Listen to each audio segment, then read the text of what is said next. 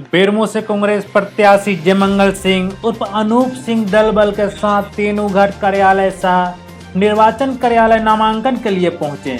इस दौरान उन्होंने 2 सीटों में पर्चा भरा और अपनी जीत को सुनिश्चित दावेदारी की। जयमंगल सिंह ने कहा कि निश्चित तौर पर बेरमो विधानसभा उपचुनाव में कांग्रेस महागठबंधन की जीत होनी है।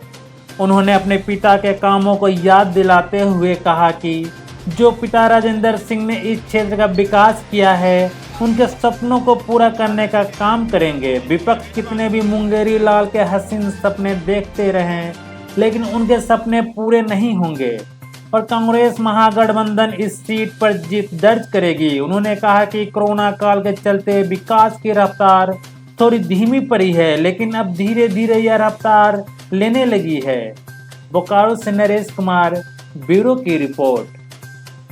और कुछ नहीं पड़ेगा। मैं बोल रहा हूँ, पहले भी अभी भी मैं बोल रहा हूँ कि जो राजेंद्र बाबू ने काम किया और यहाँ की जनता ने राजेंद्र बाबू पे 6 बार विश्वास किया, उसके आधार पर महागठबंधन चुनाव लड़ रही है। और कहीं ना कहीं एनडीए को डर होगा, तभी तो आजसू को वापस लेने का काम किया। तो वो आजसू के कार्यकर्ताओं को कहाँ सम्मान दे रहे हैं, जिस आजसू के कार्यकर्ता ने चंद्र प्रकाश चौधरी को जिताने का काम किया था। तो मैं समझता हूँ कि ये सब बस चुनावी रणनीति के तहत हो रहा है और निश्चित तौर पर आप देखेंगे कि राजेंद्र बाबू को बेरमो की जनता श्रद्धांजलि देगी, क्योंकि बेरमो की जनता किसी के बहकावे में नहीं आती है।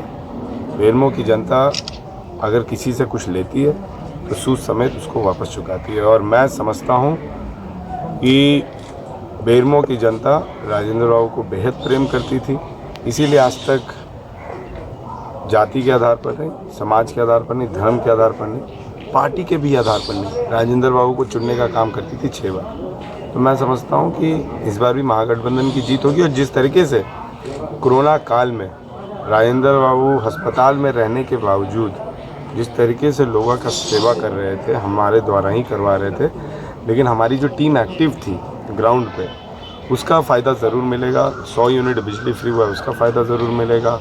किसान का कर्ज माफ़ हुआ, उसका फ़ायदा ज़रूर मिलेगा।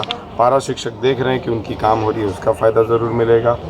और बाटुल जी का कोरोना काल में अपने घर से नहीं निकलने और नए घर में प्रवेश करना, गृह प्रवेश करना, वो भी जनता ने देखा है, तो उसका भी जनता जवाब देने का काम करेगी। लेकिन ये विपक्ष कर रहा है कि 9 महीने में कुछ काम ही नहीं हुआ, कोई सारी विकास योजनाएं धरी की धरी रह गई, इसीलिए जो है इस बार सबक सिखाएंगे। 9 महीना में पूरे विश्व में काम नहीं हुआ, ये बस झारखंड की बात नहीं है। और आप देखें कि अभी तो कम से कम झारखंड में 95% रिकवरी रेट आ गया कोरोना का, और सरकार 2 महीने से काम करना शुरू की है। निश्चित तौर पर काम हो रहा है। आप 100 यूनिट बिजली फ्री होने का बात करिए, किसका काम हुआ?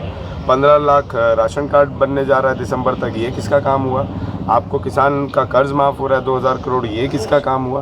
तो निश्चित तौर पर इन लोग मीडिया प्रोपेगेंडा चलाते हैं, मीडिया को ढाल बना के इन लोग करते हैं, लेकिन मीडिया अब इनके बहकावे में झारखंड में नहीं आने वाली है। मीडिया भी सच जानती है और मीडिया अपने चैनल को बदनाम करने के लिए इनका झूठ नहीं चलाने वाली है अपने चैनल पर।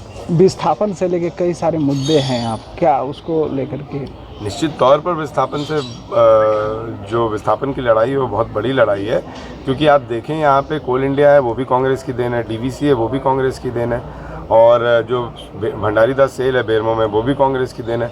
लेकिन जो कोल इंडिया में पिछले बार राजेंद्र बाबू जो 5 साल के लिए हार गए और फिर इंटक को भागीदारी नहीं मिली, तो प्रशासन जो है कोल इंडिया का वो बेलगाम हो गया है, उसको दुरुस्त करने में समय लगेगा। और मैं समझता हूँ जिस राज्य का मुख्यमंत्री खुद एक विस्थापित नेता हो, वहाँ पे विस्थापितों को छला नहीं जा सकता है। आने वाले समय में झारखंड सरकार में हेमंत सोरेन जी के नेतृत्व में विस्थापितों की हर बात रखी जाएगी। रघुवर दास जी की तरह काम नहीं किया जाएगा कि पिछले साल दिसंबर महीना में पिचरी खदान का उद्घाटन आके सीएमडी के कहने पे चले जाते हैं, और आज तक एक मशीन क्या, एक अधिकारी क्या, एक आदमी तक उस खदान में हम लोग को नापी करते हुए नहीं दिखा। तो निश्चित तौर पर जनता जानती है, उसे बताने की ज़रूरत नहीं। विपक्ष का क्या होगा?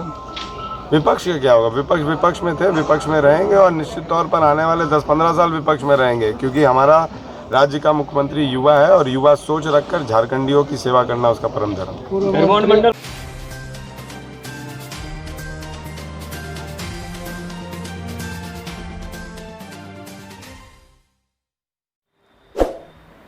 खबरों में बने रहने के लिए चैनल को लाइक करें, सब्सक्राइब करें और बेल बटन दबाना बिल्कुल ना भूलें।